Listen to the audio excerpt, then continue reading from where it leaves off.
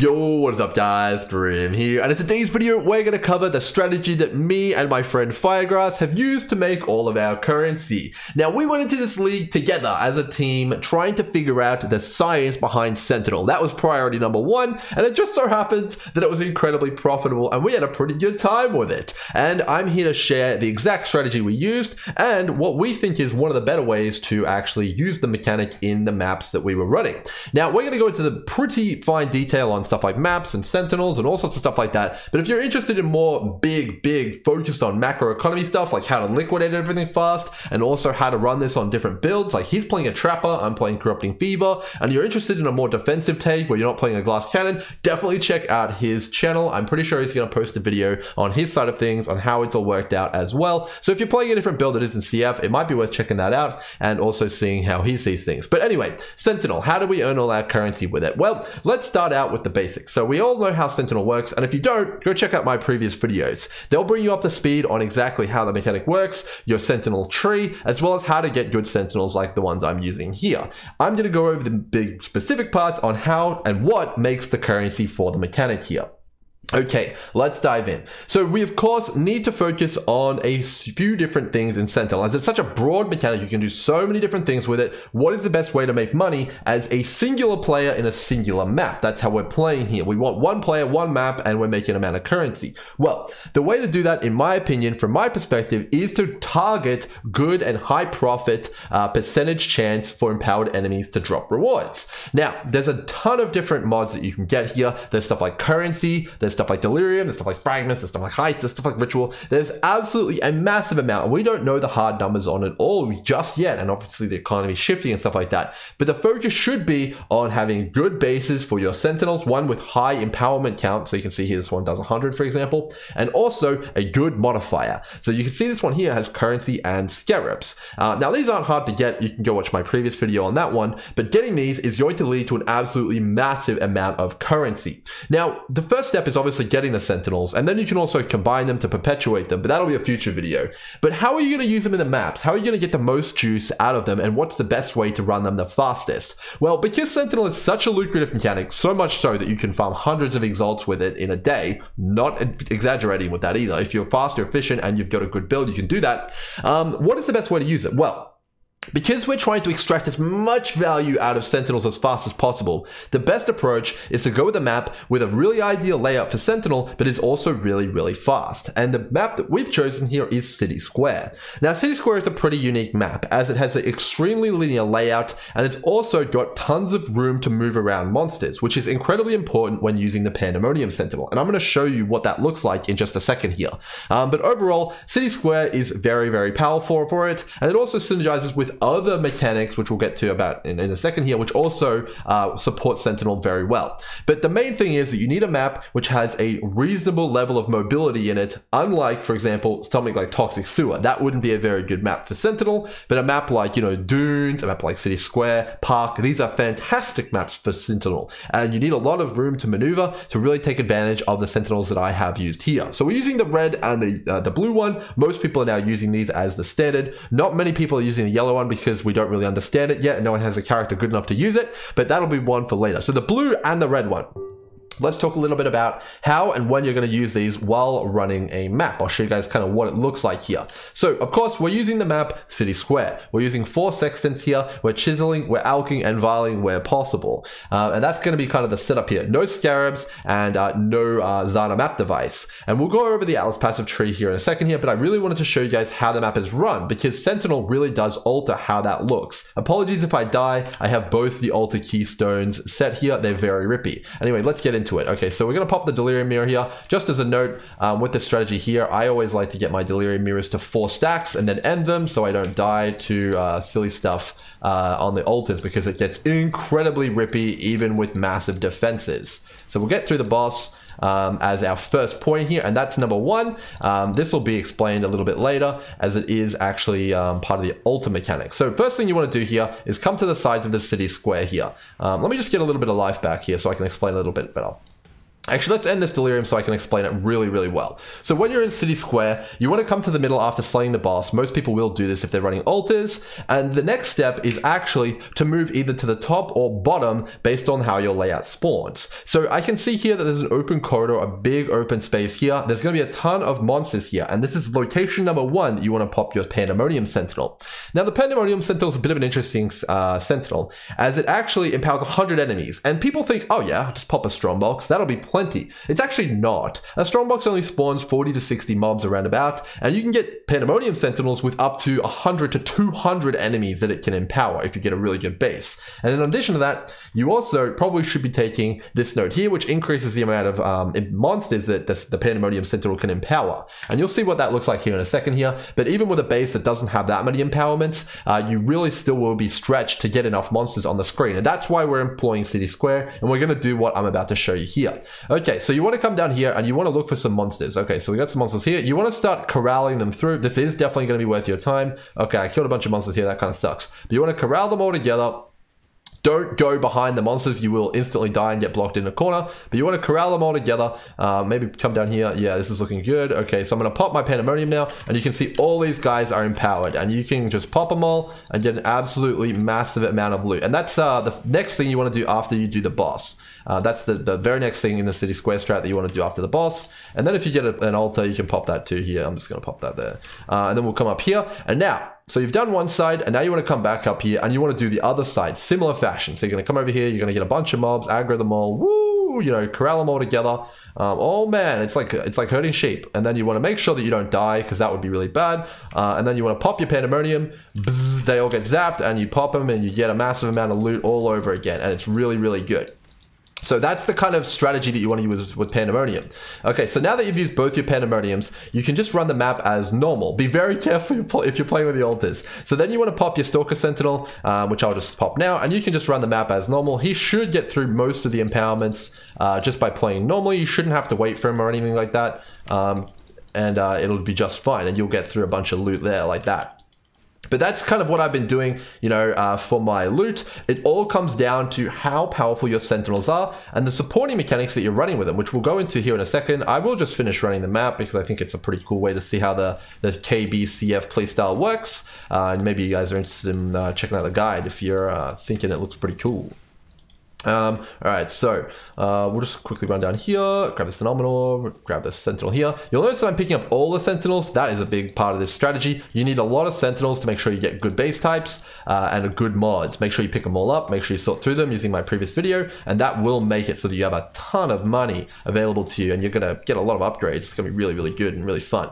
Overall, the playstyle, honestly, when you pop the Pandemonium Sentinels, is pure, just unadulterated dopamine. It's incredibly fun to get all that loot explosion, especially if you're playing a build like this, which has really good AoE and clear and the explosions. It's absolutely so fun. All right, so we'll move down here and we'll get rid of all these, get the City Square. It's pretty good, getting some good map sustain. And that'll be a topic actually we will need to talk about. Map sustain is a really, really big thing right now. I don't know if you guys have noticed, but it is pretty hard to keep your map sustained and, like, you know, make sure that you're on top of that. So we will cover that as well. And I'll cover literally every little thing that you need to get set up with this, because it is one of the funnest ways to play, in my opinion, and also one of the most profitable ways to play as well. And having a good steady supply of City Squares is going to put you in good stead. And there's also a ton of things that you can do to augment this strategy on top of Sentinel, and we'll cover those as well. I think it's a really exciting way to play, and City Square is a map which has a lot of, whoa, that was bad, a lot of potential on it as well for other things like Expedition and all sorts of stuff like that. And I think a lot of people are going to really enjoy playing it. Okay, so the map's done, and we'll get out of here. So that wasn't too bad. And we got oh wow, look at all that loot. We got a ton of loot there, which is pretty damn good. All right, so let's get into the nitty gritty bit. Now we understand the strategy, we understand Sentinel's really strong, we understand how to use it, and we understand how to obtain the Sentinels if you watch my other videos. Let's get into supporting mechanics and things that you can do with Sentinel, and talk a little bit about some of the new keystones that got added to the Atlas passive tree.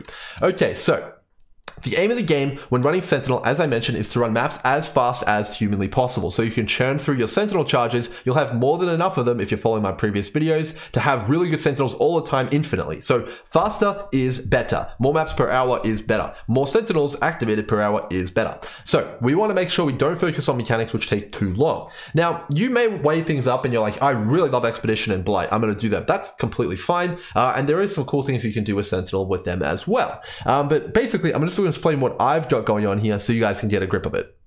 Okay, so first up, I have unspec'd things which could kill me. First and foremost, because I don't like dying, and second of all, because it slows you down. So I took Essence off, actually. Essences aren't worth a heap after you've crafted your own gear. There's not too many people wanting to buy them in bulk just yet, so I've took them off because it does slow you down quite a lot, especially with the new Arc Nemesis modifiers, and they are very dangerous and you may die, at least on my build. If you want to take them, I fully support it. It's a pretty good mod, and you can get some good money from it if you sell in bulk, but overall right now, I'm not taking it because it's too rippy. Now, overall, this specific strategy I've got set up here is actually using a keystone called Stream of Consciousness. And let me explain that really quickly now. So Stream of Consciousness essentially means you can't use any scarabs or any fragments, meaning you'll have a much harder time sustaining, which is actually what I was alluding to earlier. However, it does give you a base chance at getting a lead mechanic, and this is actually incredibly impactful. It's so impactful, in fact, that you can actually run a strategy without having to buy the scarabs at all, meaning you'll be far more efficient and also won't have to spend any money on scarabs. I'm not entirely sure how this keystone works, but it feels a lot better than I think it should. I feel like I get delirium mirrors much more than what I should. Overall, I should get about 34% chance to get a delirium mirror with this keystone here, all my notables and the notable over here. However, I feel like it's higher. Anyway, what I'm basically mentioning here is that you can, for example, spec into expedition chance to get all the expedition nodes here, which will give you a pretty high chance of getting a base expedition, spec into all the notables, and then also take Stream of Consciousness and power through maps as fast as possible with your Sentinels, and also be doing expedition at the same time. Because you're running maps so fast, you're essentially doing scarabs, while you're doing it, because you're getting for free. And that is the kind of backbone of this strategy. You're not using scarabs, you're selling everything, you won't need anything to sustain, and overall, it's a really, really fun playstyle because you don't have to buy anything of anyone. You just get loot, which you can sell, no problem, no worries. And that is the idea behind Stream of Consciousness. So to sum it up, you could spec any lead mechanic. I've got Delirium here, and you can get away with not using scarabs essentially. So you could do Blight, you could do Delirium, you could do Ritual, you could do anything. Okay. Next thing I'm going to talk a little bit about here is Heist. In any speed mapping strategy, you should be taking Heist. I really recommend it. It's really one of the best ways that you can get a ton of currency. And alongside these notables, as well as Stream of Consciousness, you have an absolutely ridiculously high chance of getting a Heist locker, which is really, really good. And it's going to give you a lot of passive income as well. You'll get quite a lot of exalts out of your Heist, which is pretty damn nice. So of course, I've talked about how you can augment the different lead mechanic you're doing, where I'm doing Delirium, you could be doing something else. And I've talked about Heist now. And let's talk finally a little bit about the passive juice. Of course, we've got Harby in there. If you're dying to Harbinger, take it off. I would definitely recommend taking it off. It can be pretty rippy. And then we've got Shrines here. Shrines, actually, I would always have. Shrines are really, really great because it adds additional mobs, which can be used for your Pandemonium Sentinels, as well as your Apex Sentinels, which is really, really nice. And it's going to help you churn through that faster, more efficiently, and making sure you've got a nice buffer there. And make sure you always get through your Sentinels nicely. Obviously, Strongbox, similar situation, and overall, that is really the backbone of the tree. I've got a few spare points, so I actually chucked them up here as well. You don't have to do that, but I just thought I'd get some more Shrine Juice up there because I didn't really want to spend anything else. I am using the Sextant notable here. I think it's pretty good right now. Obviously, running Sextants is something we're going to have to do with this strategy, unfortunately, in order to be able to sustain maps. You will probably want to have 4 Watchstones as well before starting this strategy, but you can buy carries for those and they'll be pretty easy to get, not too expensive. But when you have 4 Watchstones and you have those available to you, you can chuck the 4 Sextants on. They're going to give you a ton of extra monsters, which is more map sustain, which we'll need, which we'll talk about in a second here. But it'll also give you a ton of good Sextants, which you can chuck on compasses and sell to other players, which will basically make your Sextants free, which is pretty damn nice. Okay, finally, we do have a few points here in the Conqueror's chance, but that's not particularly impactful. You could drop those and put them anywhere else. Along with these Shrine Nodes, you could drop them and put them anywhere else as well. Okay, let's move on to the first big supporting mechanic for this strategy, and it is the one which is probably going to make the other half of your money. If Sentinel is half your money, and then this is the other half, and that is Eldritch Shrines, which have been buffed and nerfed in some way in this patch, and we'll talk a little bit about those now.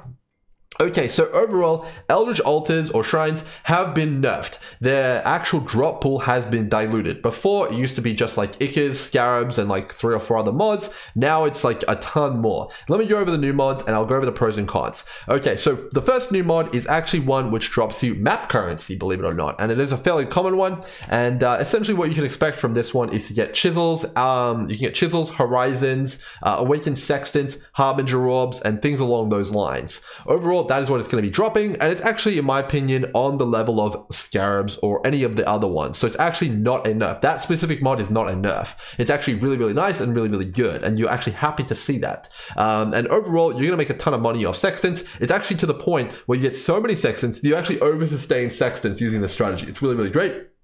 In addition to that, you also over-sustain chisels, so you literally don't need to do any trading at all, and you just make money using this strategy, which is really, really great. So that's not a nerf. Let's talk a little bit about some of the other ones.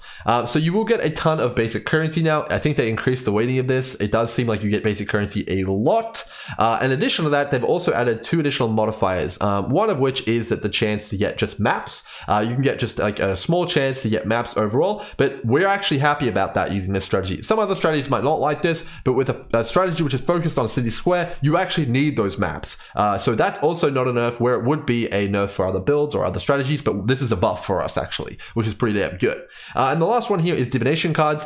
This one really isn't that good. It is pretty bad. It doesn't drop stacked decks, just drops divination cards, and I haven't got anything good yet over a few hundred maps. So overall, you could get like a doctor or something like that, but I haven't been able to really use this the stuff that I get from it, or liquidate it, or turn it into any currency or anything like that. It's just kind of jank. So that one is definitely a nerf, unfortunately. And then you still do have all the bad ones in there. So we got 2 new good mods, which are pretty damn good, and then we do have 1 new bad one. But overall, that's why I said it's a buff and a nerf. So for some other strategies, it will be a nerf, but for us, it's actually a buff, because we're getting a better pool for what we wanted to do in this specific strategy, meaning we can infinitely sustain and run maps infinitely without having to trade with anyone ever, which is really, really awesome. The only thing you need to do is sell items. Okay, let's talk about the elephant in the room, map sustain. So I don't know about you guys, but I had an incredibly painful time actually trying to build an initial map pool, even getting through up to C16s this league. And I took all the map nodes, and it only really became easier once I got my first watchstone and then started to snowball my progress to 4 watchstones. It's an absolute pain. And that doesn't stop when you're trying to sustain a favorited T16 map, especially one which has a low natural mob count. Now, when you're running T16, City Square, it is possible to sustain it. However, it is a little bit dicey in anything, but less than, you need at least 10 favorite slots is what I'm trying to say here. If you don't have 10 favorite slots, I wouldn't recommend doing City Square yet. Go ahead, find some other currency and get those slots done, either by doing them yourself or buying carries. It's really important to get those slots, as it is going to really, really synergize with the next thing we're going to talk about here, which is singular focus. So of course, we're alching, we're chiseling, we're volume, we're sextancing, we're doing all that. We took all the map nodes, we have our 4 watchstones, we have our 10 favorites. We need to do more though, and that is where singular focus comes in. Singular focus is going to essentially allow you to drop 200% more city squares, but it's going to remove all other maps that you drop as well as unique. So you're giving up stuff like Cortex, you're giving up synthesized maps, you're giving up Guardian maps. You are going to get some Elder Guardian maps, you are going to get some Conqueror maps, but not that many. Overall, you're giving all of that up just to sustain more city squares. Is it worth it? Absolutely. Absolutely it is. City Square is just so good for Sentinel, and it's so good for altar farming. It's absolutely worth it. Okay. So with all of that lined up, you're using sectors, everything like that. If you have 10 city squares, you should be able to infinitely sustain off 10 city squares. I've given 10 to my friends, and they have been able to sustain up to their own map pool with that, assuming you have everything I just talked about. Now, that's pretty good, and that's going to overall give you infinite mapping potential, literally infinite, forever, and you're going to generate a ton of juice off that. Now, okay, let's talk a little bit more of the Eldritch juice. Okay, so you're taking both keystones here in this Alice strategy. Now, I like to call this the floor strategy, because you're going to be on the floor, on your ass, dead most of the time. This is a 3 or 4 portal strategy. Now, if you don't want 3 or 4 portals, it's fine. You can still do Eldritch Altars, just drop both these keystones. They are incredibly rippy, Like, literally, I have the Mage Blood, I have insane defenses, I still get one shot on a regular basis. It's very, very rough. Even if I had determination on, there's modifiers on the Eldritch Altars which just say they crush armor, they impale, they ignore evasion. You're going to die. I don't care how crazy your build is, it's going to die unless you literally one shot and off screen every single monster. Even if you had a shield on, even if you had determination, you're going to die. So if you're not wanting to die, don't go with these keystones and ignore what I'm about to talk about. But if you're okay dying, well, let's get rich. Okay, so Wrath of the Cosmos. It is impossible to understate how overpowered this thing is. So it is essentially 4x loot for the most part in a lot of cases. We'll talk about this now. Okay, so traditionally when you're doing your Eldritch altars, you're going to get one Ichor or one Ember, right? And it's going to be like lesser or, you know, in some cases greater and very rarely grand. Well, if you take this node here, the majority of your Ichors and Embers will be duplicated. Just straight up, you'll get double. And in addition to that, they will also all be upgraded to grand, which costs a little bit more and people are willing to pay a little bit more for. And why I say it's overall 4x multiplier is because lesser Ichors and Embers cost like 1C. Grands cost 2C and above. So that's already double. And then you're getting both of them duplicated. So it's like 4 times because you're getting twice the amount. So overall, it's very good. You're going to be making exalts off this. It's going to feel really good when you're not dead on the floor. Okay, so next up, you've got Eldritch Gaze. So this one is just a 50% more loot multiplier straight up to altars.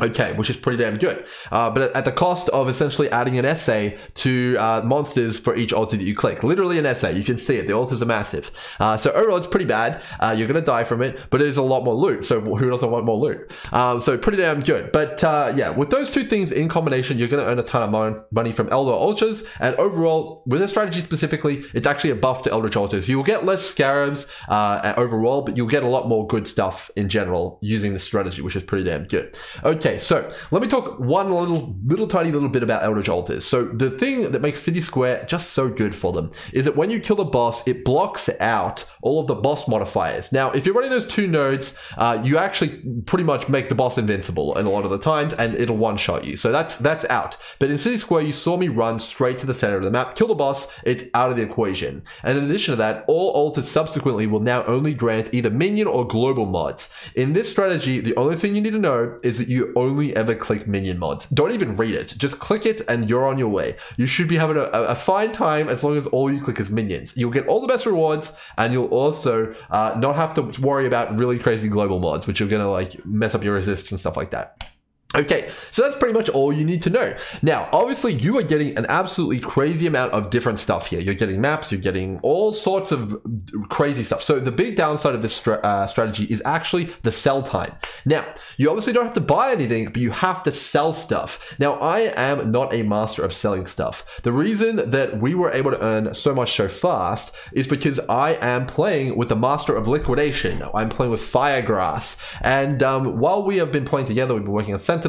Firegrass has been liquidating all his stuff, and a big part of our strategy is like, he was like, screw it, man, give me all your stuff too, we'll liquidate it together. And I have just been able to map while he is the liquidation master. And if you're interested in liquidating like stuff really fast and getting through selling massive amounts of stuff and getting back into maps and having more fun there, he is your man. He is going to teach you about TFT, and I imagine he's going to make a video on that because it is a critical point of this strategy. Being able to sell all these contracts, all these blueprints, clusters, scarabs, and converting all the currency fast is a really big part of this strat, and it is a big part of Sentinel in general. Because Sentinel gives such a wide range of loot, getting stuff like ritual splinters and all sorts of stuff like that, being able to sell fast is going to be a big part of what makes Sentinel profitable.